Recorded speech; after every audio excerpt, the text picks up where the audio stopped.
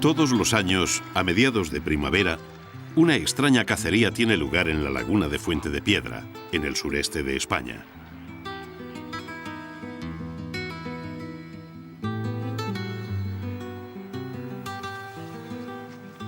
Al amanecer, una fila de hombres perfectamente coordinados se adentra en las orillas del lago Salino.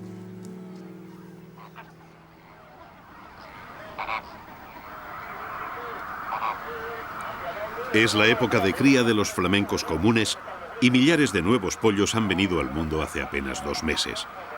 Los jóvenes flamencos podrán volar en unos días, comenzando su viaje hacia el norte de África. Y justo en este periodo anterior a su partida es cuando la Agencia del Medio Ambiente y la Estación Biológica de Doñana se coordinan para la captura, estudio y anillamiento de las nuevas generaciones de flamencos.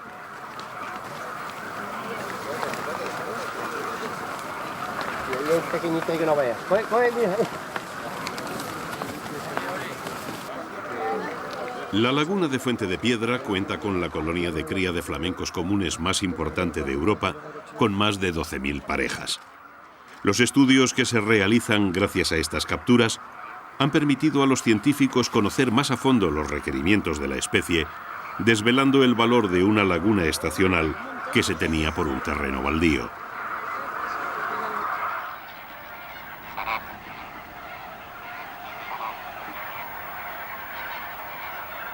Lo que antes parecía un lugar yermo e insalubre, aparece bajo la luz de las investigaciones como un enclave imprescindible para la supervivencia de los flamencos europeos.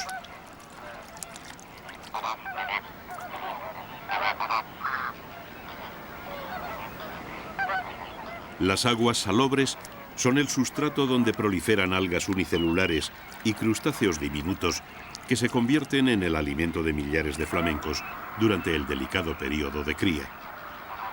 El esfuerzo de años de unos voluntarios amantes de la naturaleza ha hecho cambiar a la opinión pública.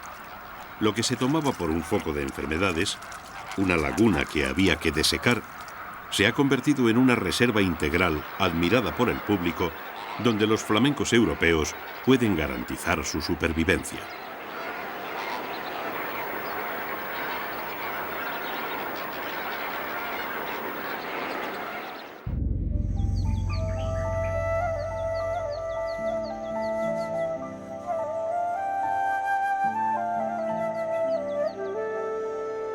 Vivimos en un mundo de ecología alterada y alarmantes deterioros ambientales. Pero en un momento en el que parecía un proceso irreversible, nuevos vientos de esperanza han comenzado a soplar desde todos los rincones de la Tierra.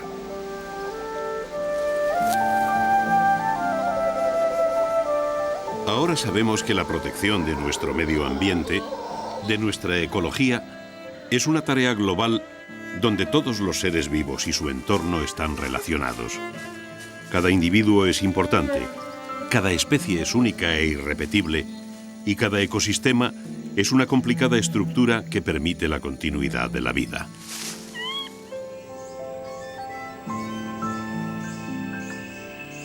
La ciencia está demostrando que proteger la biodiversidad es una obligación en la que nos jugamos el futuro de nuestra propia especie. Con ello se ha conseguido que los gobiernos del mundo empiecen a tomarse en serio el medio ambiente de una forma global. Ya no se trata de proteger únicamente una especie amenazada, sino de conservar los denominados puntos calientes de biodiversidad, enclaves donde se reúne el mayor porcentaje de especies animales y vegetales de nuestro planeta. Y para determinar estos santuarios imprescindibles, la comunidad científica, las organizaciones no gubernamentales y algunas grandes empresas financieras están por fin aunando sus fuerzas.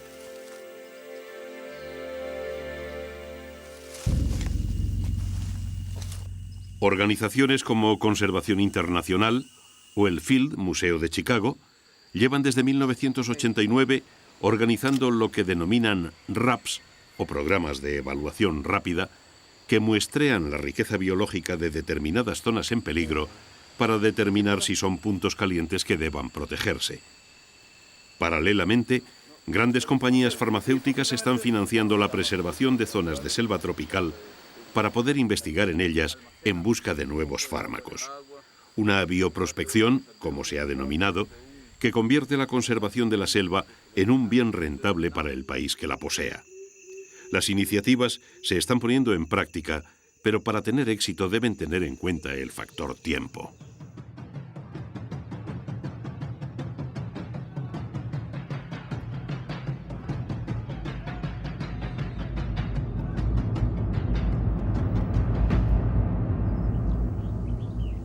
Los puntos calientes de biodiversidad son lugares extremadamente frágiles, así que en muchos casos, como en el de las islas de evolución independiente, las medidas que hay que tomar para corregir su deterioro no sirven salvo que puedan dar resultados a corto plazo.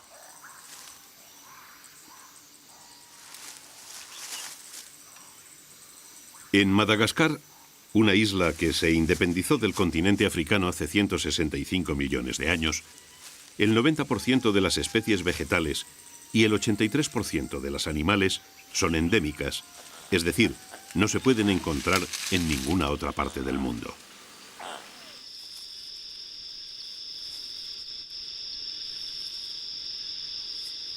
Esto les confiere el valor de la singularidad, pero las hace muy dependientes de su propio y exclusivo entorno, de forma que la pérdida de una sola especie puede desencadenar la desaparición de otras muchas.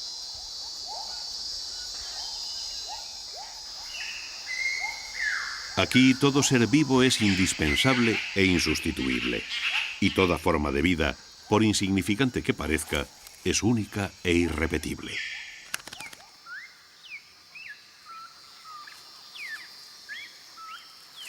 Estos lugares, esta variedad maravillosa de especies, llegaron a su estado actual en el transcurso de 165 millones de años de evolución en solitario.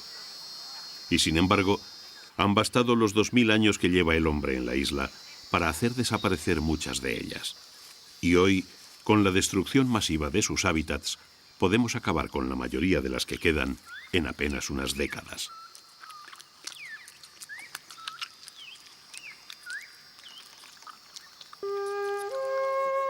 Como vimos en el capítulo anterior, desde la llegada de nuestra especie a Madagascar, la isla ha perdido cerca del 80% de su cobertura vegetal originaria.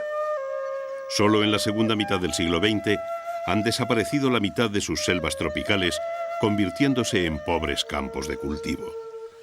Y ahora, cuando la comunidad internacional se ha dado cuenta del peligro de perder para siempre este lugar único, donde se ha desarrollado una evolución independiente, no sabemos si dará tiempo a poner en práctica las medidas que consigan salvar las últimas selvas malgaches y a todas las especies únicas que las pueblan. Y de nuevo se apuntan dos soluciones: salvar en primera instancia las especies más amenazadas y a medio plazo hacer que la conservación produzca riqueza para las paupérrimas poblaciones malgaches.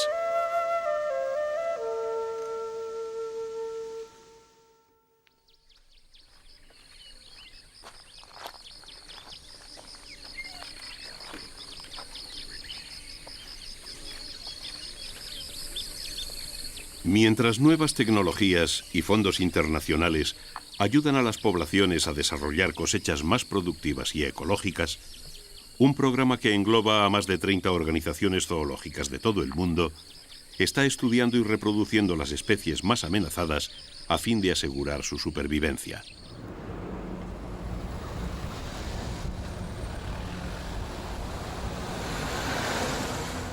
El origen de este pilar de la nueva conservación lo encontramos al otro lado del mundo, en la isla inglesa de Jersey. Aquí comenzaron los trabajos que acabarían por revolucionar el concepto tradicional de los zoológicos, una labor que le debemos al trabajo emprendedor del zoólogo Gerald Darrell.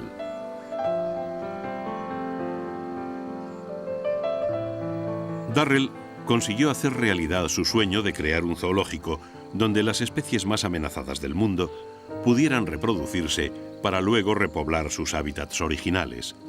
Pero su labor fue mucho más allá. El zoológico de Jersey es solo la parte más visible de la Fundación Jersey para la preservación de la vida salvaje. Aquí se conciencia al público de la necesidad de conservar la biodiversidad del planeta. Pero detrás de las instalaciones y los animales del zoológico, una red mundial de voluntarios investiga las especies y sus requerimientos naturales, sopesa las amenazas que se ciernen sobre sus hábitats y enseña a las poblaciones locales el valor de las especies que comparten la tierra con ellas. Toda una revolución en el campo de la conservación mundial que demuestra que viejos conceptos y actitudes están cambiando, guiados por las nuevas investigaciones científicas.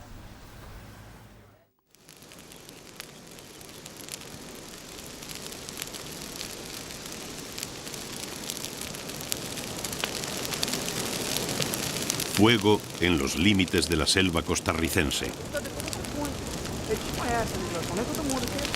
El fuego ha sido siempre considerado como el peor enemigo del bosque.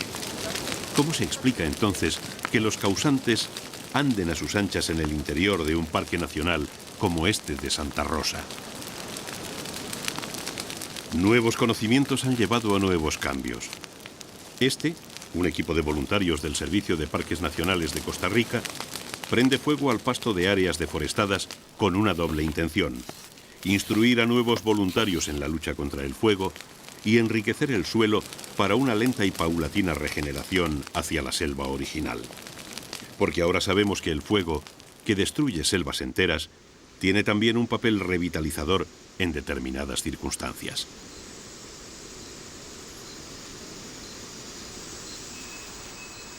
Al otro lado del Océano Pacífico, en Australia, grandes praderas dan cobijo y alimento a multitud de especies marsupiales. Estas praderas, que surgieron al calentarse la isla en su deriva en solitario hacia el norte, fueron periódicamente y de una forma natural pasto de las llamas. Con la llegada de los europeos, se comenzaron a combatir los incendios en la creencia de que las llamas eran en cualquier caso devastadoras. Pero en los últimos años, los científicos han empezado a cambiar de opinión, descubriendo algo que ya sabían los antiguos aborígenes australianos.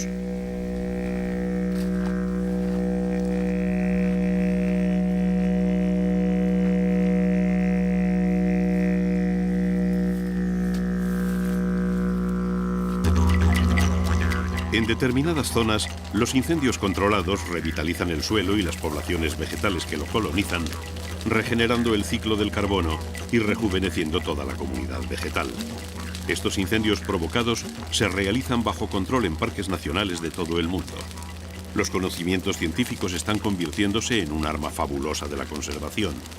Pero para que el resultado de sus aplicaciones perdure, es imprescindible otro de los pilares del nuevo concepto de conservación: la concienciación y comprensión de los habitantes locales.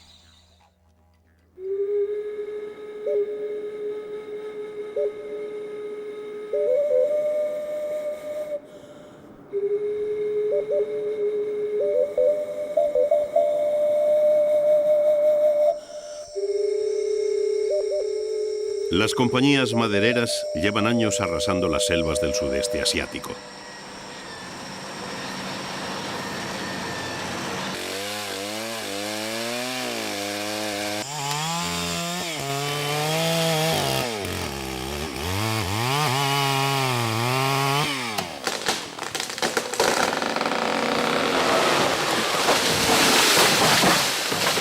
Aquí, en Borneo, las selvas, que hace apenas 30 años cubrían el 90% del territorio, eran tan extraordinarias que la isla era uno de los baluartes de la biodiversidad terrestre. Hoy, sin embargo, se ha talado y quemado a tal escala que Borneo ya no puede considerarse como tal.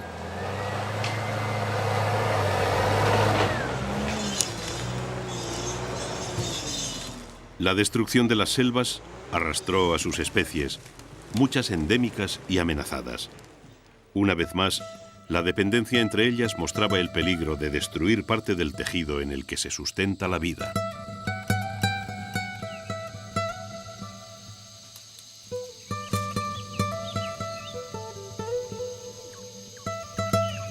Para los orangutanes, cuya dieta abarca más de 400 tipos de frutas, hojas, flores y cortezas diferentes, la pérdida de la selva suponía quedarse sin alimento y por lo tanto iniciar un rápido camino hacia su extinción.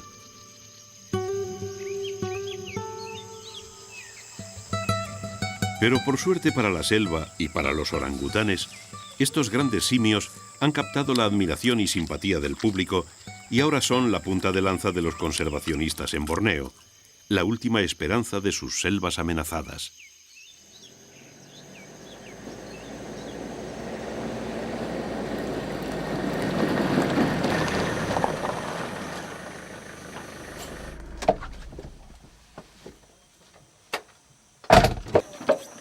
Todo comenzó cuando Barbara Harrison, del Museo de Sarawak, tuvo la idea de socorrer a los orangutanes huérfanos capturados por los madereros y enseñarles a valerse por sí mismos en libertad.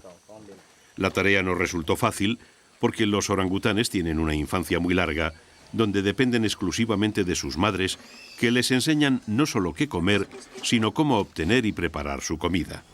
Pero esto no desanimó a Barbara Harrison.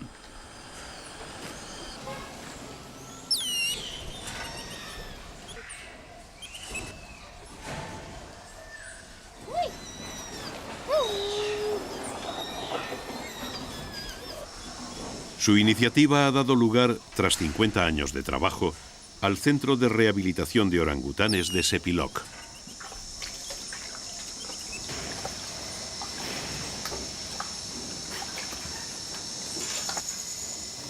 El trabajo en el centro está dando resultados que van más allá de la reintroducción de los orangutanes, porque desde aquí se está empezando a concienciar a ciudadanos y gobiernos de la necesidad de conservar las últimas selvas de Borneo.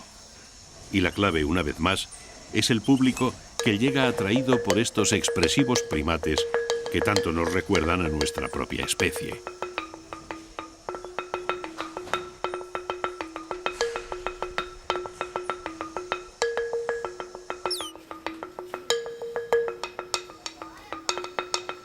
El turismo que llega a Sepilok está cambiando la forma de pensar de las gentes locales. Los visitantes no solo dejan dinero, sino que demuestran la admiración y el interés que el patrimonio natural de la isla suscita en el mundo.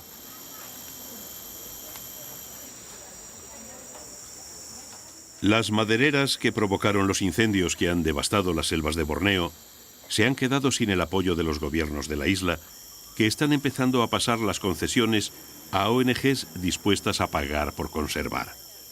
Estas ONGs demuestran que la conservación resulta rentable y abre los ojos a políticos y nativos locales que están empezando a ver en las selvas su seguro de vida.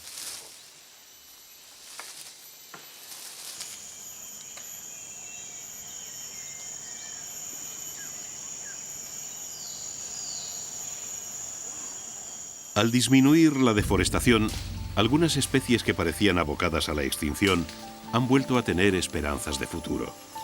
Animales como este rinoceronte de Sumatra, el más antiguo y amenazado entre las 5 especies de rinoceronte del mundo, han empezado a aumentar muy lentamente su número.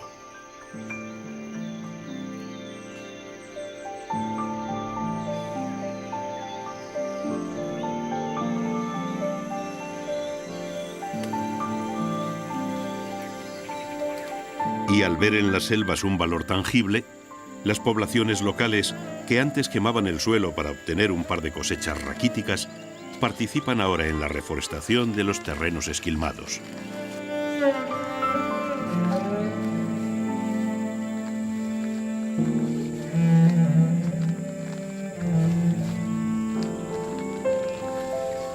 Estos son los plantones de nuevas selvas. Selvas que podrán explotarse racionalmente, dando beneficios a las personas que vivan en su interior. Gente local que las protegerá y cuidará como lo que son, su más preciado patrimonio.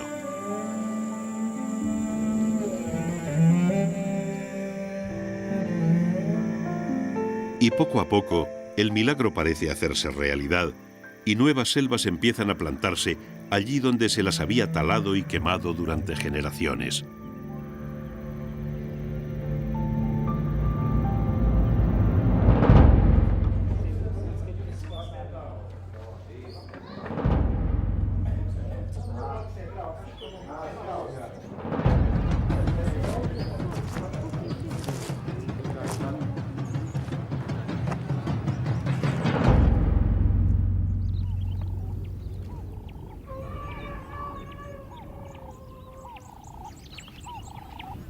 Los problemas ecológicos globales necesitan medidas urgentes, pero que darán resultados a largo plazo.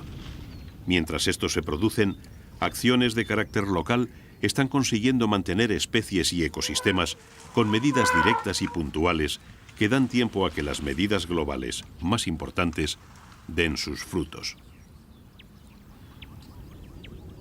Los elefantes africanos son un buen ejemplo. Mientras se lucha por una prohibición total del comercio del marfil que haría desaparecer el furtivismo, mientras se crean corredores entre parques que permitan el movimiento de las manadas, y mientras se educa e implica a las poblaciones indígenas en el cuidado de los paquidermos, una mujer emprendedora está consiguiendo recuperar a los huérfanos del furtivismo.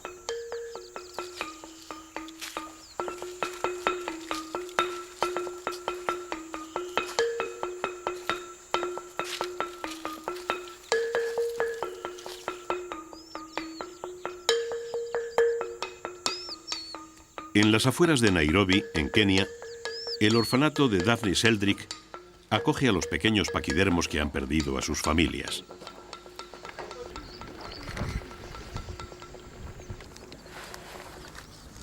Los elefantes tienen una vida social muy compleja, por lo que los pequeños necesitan muchos cuidados que sustituyan a los que les habrían brindado sus madres. Aquí, en el orfanato, se los dan. Pero el resultado de este proyecto va más allá de la recuperación de estos pequeños elefantitos. En el orfanato, que está abierto al público, la gente puede acercarse a la fascinante vida de los elefantes, descubriendo su compleja estructura social y, a través de este conocimiento, comprender la brutalidad que encierra el hecho de disparar contra ellos.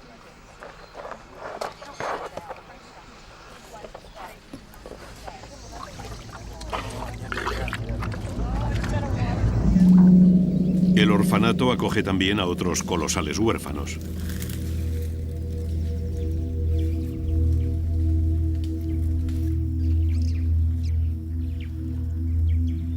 Las dos especies de rinoceronte africano están amenazadas. Sus cuernos, que se toman por afrodisíacos sin serlo, los han convertido en el blanco de los cazadores furtivos. Como en el caso de los elefantes, esta caza ilegal deja huérfanos todos los años. Y como aquellos, también los pequeños rinocerontes tienen cabida y cuidados en el orfanato de Daphne.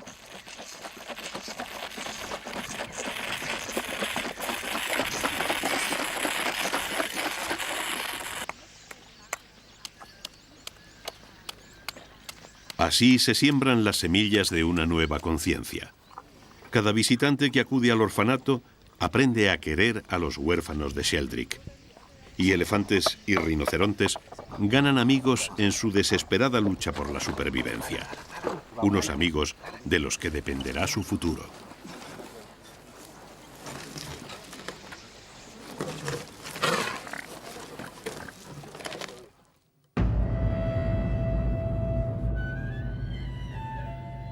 Algunas especies, sin embargo, tienen mucho más difícil ganarse la amistad del hombre.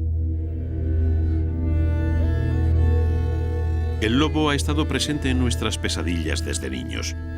Se nos ha enseñado a temerlo, a evitarlo, a odiarlo. Durante siglos lo hemos perseguido como a un enemigo, dándole caza sin tregua. Tal vez, en nuestros orígenes, fuimos nosotros la presa. Luego pasamos a ser los verdugos. Y ahora estamos intentando convivir con ellos, compartiendo y respetando nuestro papel de superpredadores.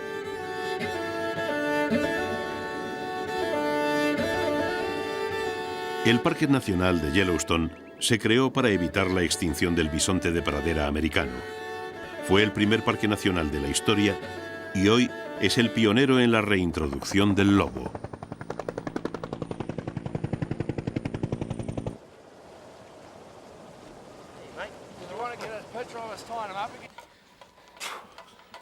Cuando se creó el parque en 1872, los lobos grises nacían y vivían en Yellowstone. Pero en una región ganadera como esta, los lobos eran enemigos y se los cazó hasta hacerles desaparecer. Un siglo más tarde, en 1995, el Servicio de Pesca y Vida Salvaje de Estados Unidos decidió reparar el daño y capturó algunos ejemplares en Canadá para traerlos hasta Montana. Y el lobo volvió a Yellowstone de la mano de su antiguo enemigo.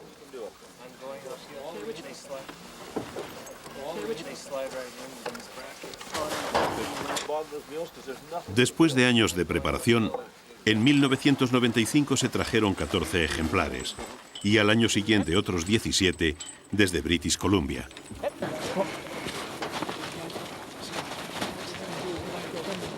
Hubo que vencer muchos obstáculos, pero el mayor residía en conseguir que los lobos no abandonaran el parque y se internaran en los ranchos ganaderos que los rodean.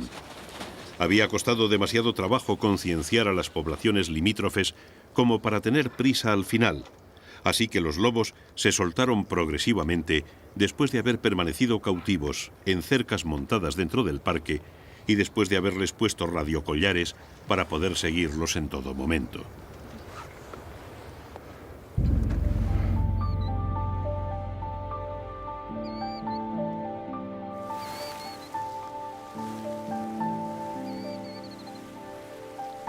El experimento resultó un éxito que ha beneficiado al conjunto del ecosistema.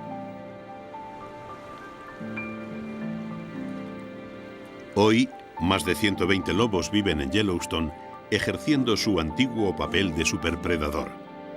Todas las especies del parque se han visto afectadas y, tal y como se tenía previsto, ha sido de forma beneficiosa.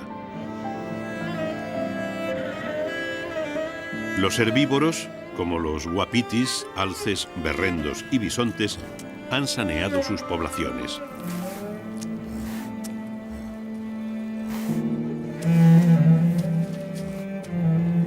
Las comunidades vegetales han mejorado al disminuir progresivamente la presión desmedida de los herbívoros y grandes predadores como el oso grizzly han aumentado su número al poder alimentarse de las capturas de los lobos. El parque entero parece sanearse año tras año, acercándose más a su equilibrio ecológico natural. Lo que parecía imposible se ha hecho realidad.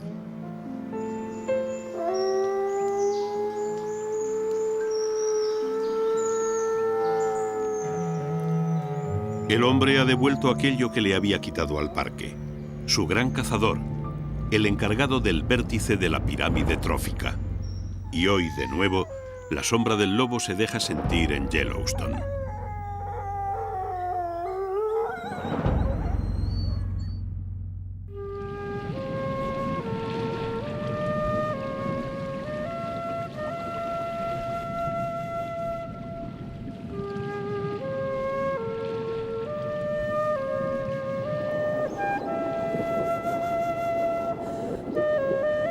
También en los arrecifes corren vientos de esperanza. Alertados por la crítica situación en la que se encuentran, científicos de todo el mundo han puesto manos a la obra para salvar los arrecifes.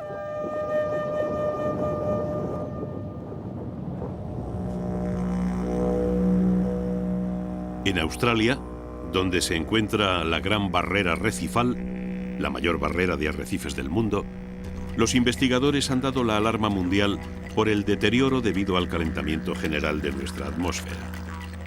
Pero mientras se toman las macromedidas a nivel mundial y hasta que surtan efecto, los investigadores australianos están emprendiendo acciones prácticas que minimicen el daño a las comunidades coralinas.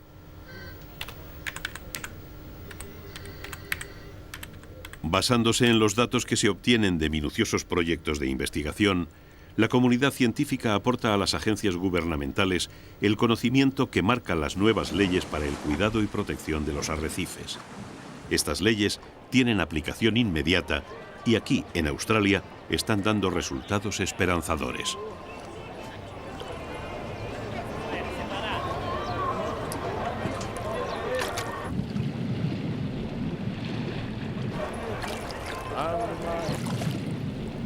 De nuevo, la educación y concienciación aparecen como pilares de este nuevo espíritu conservacionista.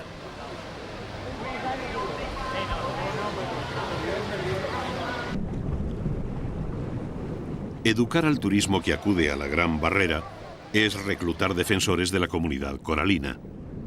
A los visitantes se les enseña cómo comportarse en el mundo de los corales para no causarles daño, pero lo que es más importante, se les hace comprender, valorar y admirar el frágil mundo del arrecife, sabiendo que todo lo que se admira se quiere, y todo lo que se quiere se defiende y conserva.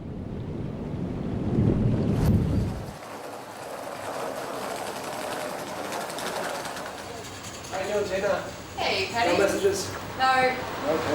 No. Esta nueva tendencia, que podríamos resumir como educar para conservar, cuenta en Australia con un ejército de voluntarios.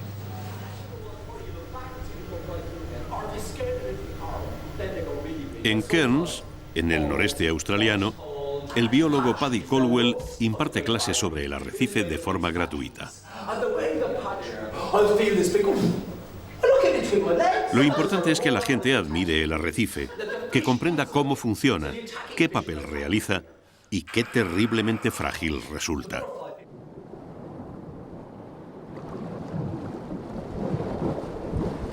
El resto es una cadena creciente de admiradores de este mundo sumergido, personas que aportarán su granito de arena en la conservación mundial de los arrecifes.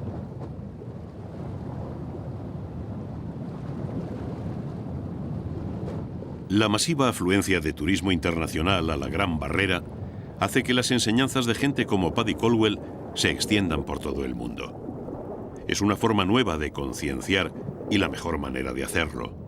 Los conocimientos previos se muestran bajo el agua. Las especies amenazadas te rodean, las tocas, te maravillas con ellas.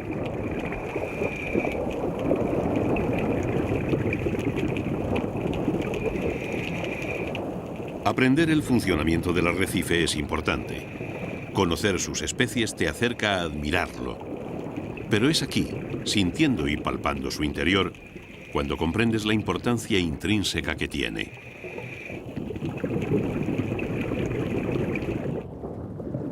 Después de estas experiencias, cuando los buceadores dejan Australia, se llevan imborrables recuerdos del arrecife, sintiéndolo como un mundo que necesitan conservar.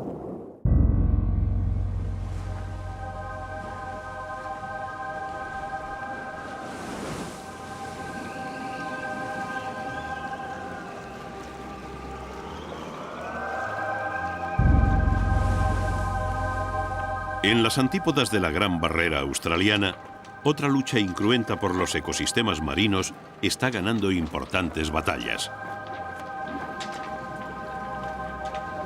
A bordo de un velero antiguo, Ana Cañadas y Ricardo Sagarminaga luchan desde hace años por la conservación del mar Mediterráneo y sus especies.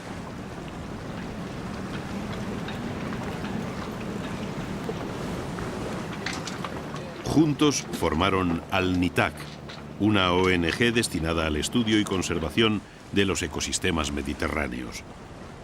La tarea a la que se enfrentan solo podrá tener éxito si consiguen concienciar a las poblaciones que viven del Mediterráneo de la necesidad de su conservación. Es una misión complicada, pero Alnitak se ha buscado unos aliados poderosos, los cetáceos.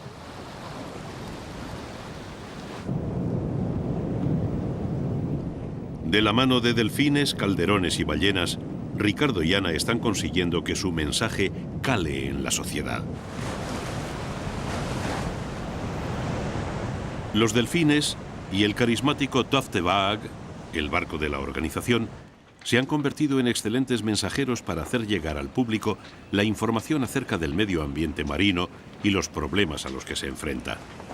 Más de 10 años de investigación y planificación están empezando a dar su fruto y la meta de conseguir crear una reserva marina para cetáceos en el mar de Alborán está ahora más cerca.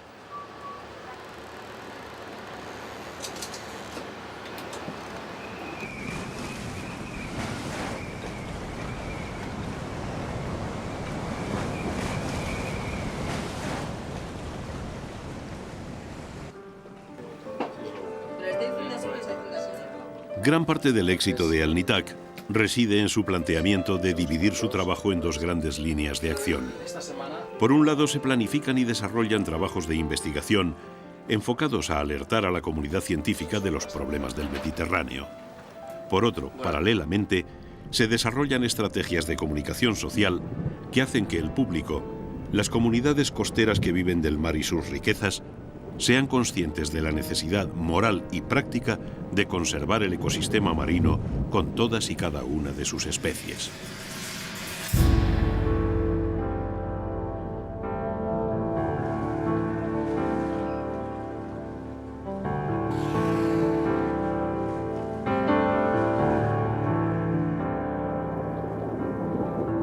Los cetáceos, especialmente los delfines y calderones, juegan en este último objetivo un papel fundamental.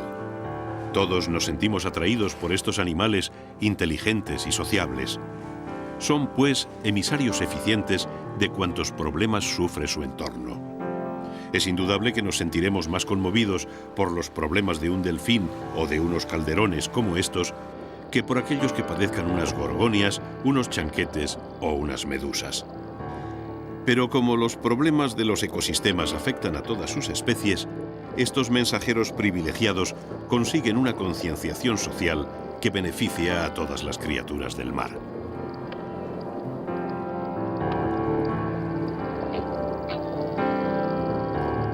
Una vez más, nuevas estrategias están dando resultados globales. Estos emisarios del mar se han convertido en la esperanza de millares de especies. Ya no se trata de proteger un determinado animal, sino de salvar ecosistemas enteros. Pero en algunos casos, como es el del mar Mediterráneo, son especies concretas las que tienen la llave para el corazón y la conciencia de las sociedades humanas.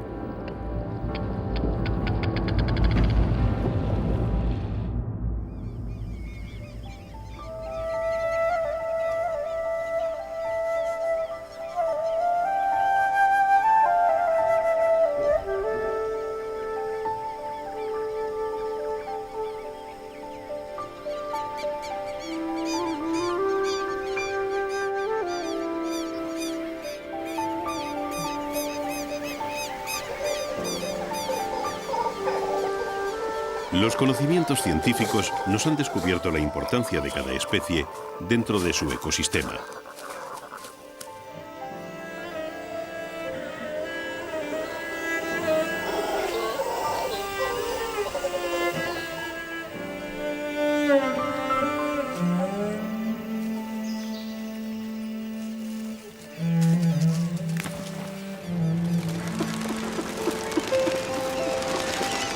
Las nuevas tendencias conservacionistas nos han enseñado la necesidad de una concienciación social donde el público comprenda la importancia de todos los ecosistemas y sus especies.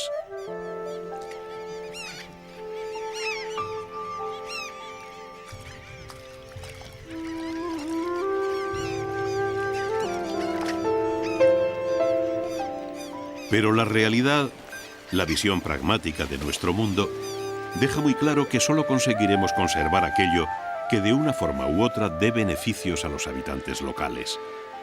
La conciencia conservacionista ha surgido de los países desarrollados, donde las primeras necesidades de sus poblaciones no dependen directamente de su entorno natural. Estos países han perdido por lo general la mayor parte de sus patrimonios naturales y miran al de los países en vías de desarrollo con lógica preocupación. Pero ¿con qué autoridad moral podemos prohibir algo que nuestra sociedad ha tenido que hacer para llegar a su actual desarrollo?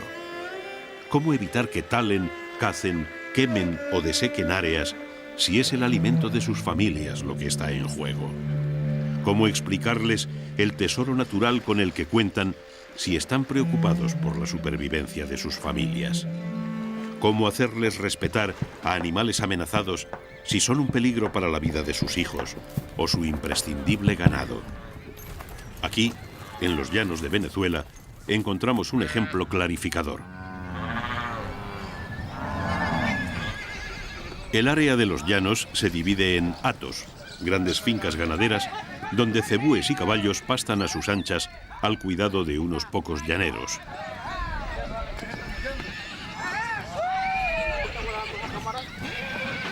Los terrenos permanecen en su estado original porque tradicionalmente se han dedicado a la ganadería extensiva. Durante años ha sido la única forma de sacarle rentabilidad a estas tierras, así que sus dueños las han dejado tal y como estaban, convirtiéndolas en el último refugio de muchas especies amazónicas en peligro de extinción.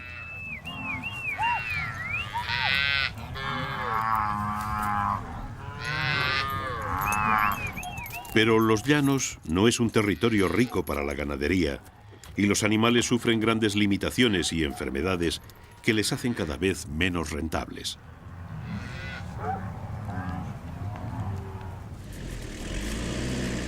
La situación podría terminar en cambios que acabaran por dedicar las fincas para otras actividades más lucrativas. Pero año tras año, la naturaleza intacta de esta tierra austera se está convirtiendo progresivamente en su fuente de financiación.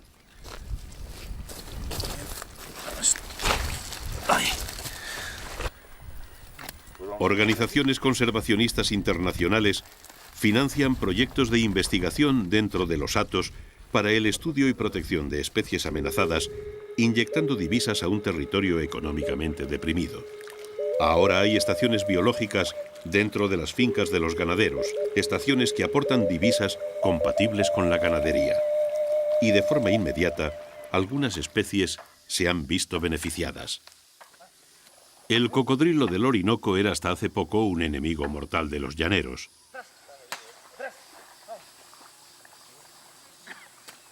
Los reptiles mataban sus reses y eran un peligro potencial para las personas, dado su tamaño y agresividad, de modo que se cazaron hasta casi hacerlos desaparecer. Hoy, en hatos como el del Frío, los cocodrilos del Orinoco son objeto de estudio y protección, y se están llevando a cabo programas de cría en cautividad y de repoblación en áreas esquilmadas por los llaneros.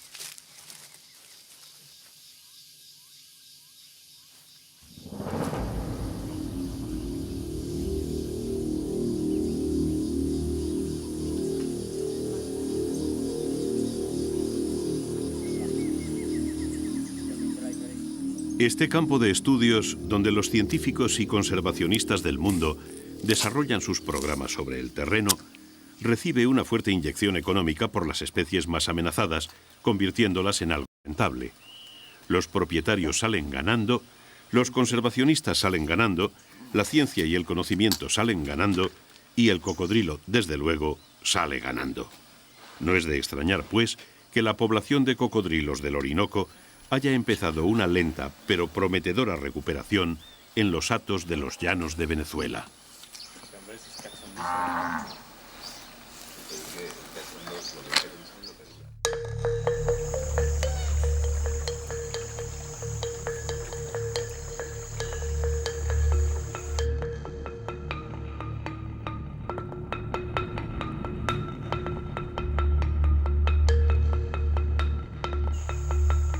Otro cocodrilo, más grande y peligroso que el del Orinoco, se ha salvado igualmente gracias a la rentabilidad económica que ha empezado a producir.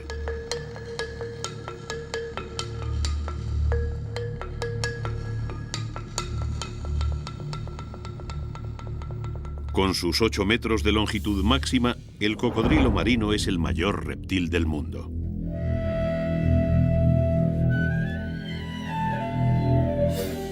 Su agresividad le ha valido el nombre de devorador de hombres y su fuerza lo ha convertido en dios y demonio entre los indígenas del sudeste asiático y Oceanía. El dios Jinca de los aborígenes australianos, el demonio de los hombres cocodrilos de Nueva Guinea, la pesadilla de los primeros colonos australianos. Con razón, todos le temían. Nadie estaba a salvo en las aguas de este poderoso dragón que perdió su rango cuando aparecieron las armas de fuego.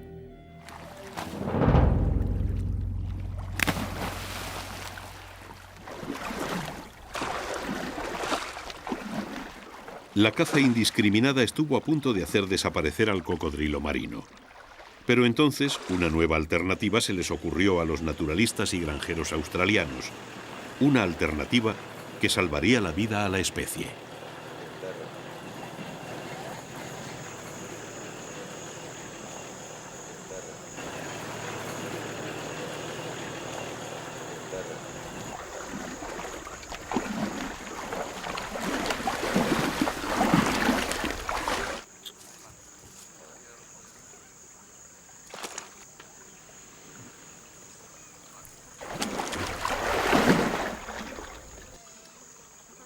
Las granjas de cocodrilos fueron la paradójica suerte de estos poderosos reptiles. Los propietarios de las tierras por donde pasan los ríos que tienen cocodrilos los mataban por el peligro que suponían para ellos y su ganado. Pero las granjas de cocodrilos pagan importantes cantidades por los huevos de estos animales y los terratenientes han empezado a ver a los cocodrilos como una fuente más de ingresos. Por otra parte, en las granjas incuban los huevos y parte de los animales son devueltos a su hábitat natural, superados los primeros días de vida, cuando los cocodrilos son más vulnerables. Y paralelamente se consiguen nuevas puestas dentro de las mismas granjas, porque algunas hembras adultas se destinan a la cría. Claro que, por todo esto, los cocodrilos han pagado un precio muy alto.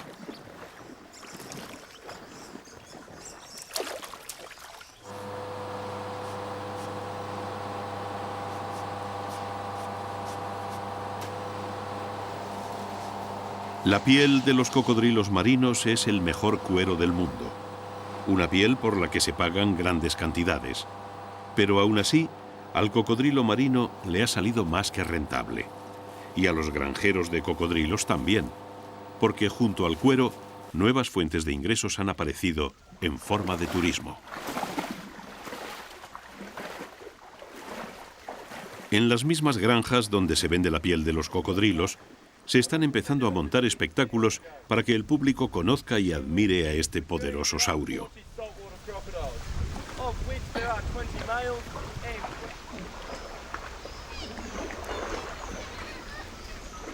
En estos mismos recintos, los científicos contratados por las granjas realizan importantes estudios que ayudan a la conservación de las poblaciones salvajes.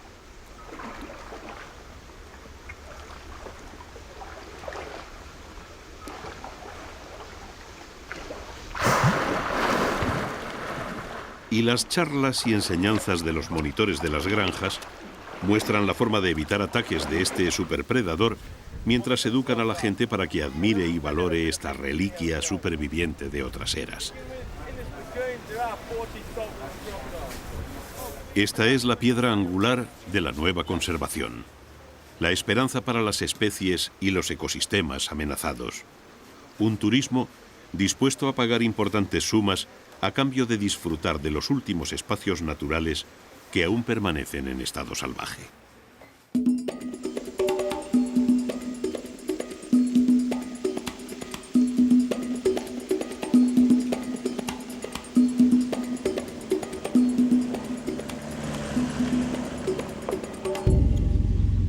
Un turismo diferente se está extendiendo por todo el mundo.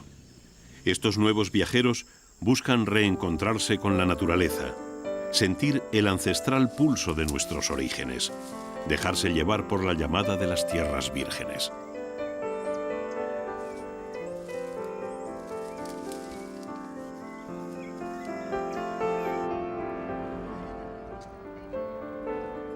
Nuevas infraestructuras acercan muchos de estos lugares al ecoturismo, permitiendo que también los ancianos y los niños puedan disfrutarlos.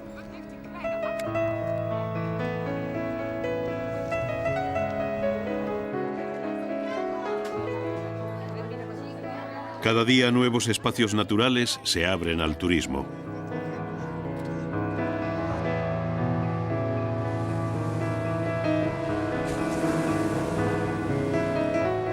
Antiguas áreas de caza y deforestación son hoy patrimonio de los amantes de la naturaleza que financian su conservación.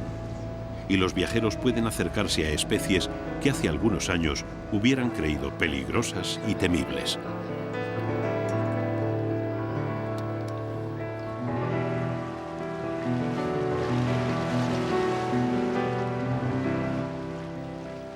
Estos nuevos viajeros están desvelando una naturaleza más amable, más asequible.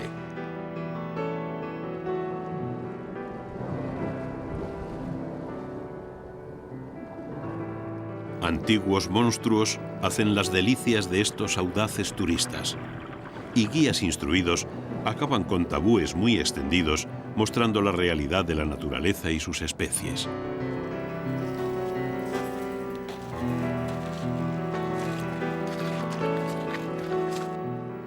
Los ingresos que deja el turismo ecológico van más allá de la nueva conservación.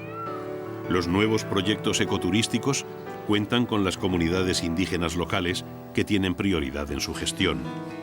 De estas comunidades salen los guías y guardas de las reservas, los dueños de los alojamientos donde se hospedarán los turistas, los artesanos que les venderán los recuerdos. Fuentes de ingresos que han cambiado la actitud de la gente local. Antiguos furtivos se han hecho guardas de las reservas y los que se veían obligados a quemar y talar para sacar una mísera cosecha, ahora vigilan el bosque que alimenta a su comunidad y cobran por ello.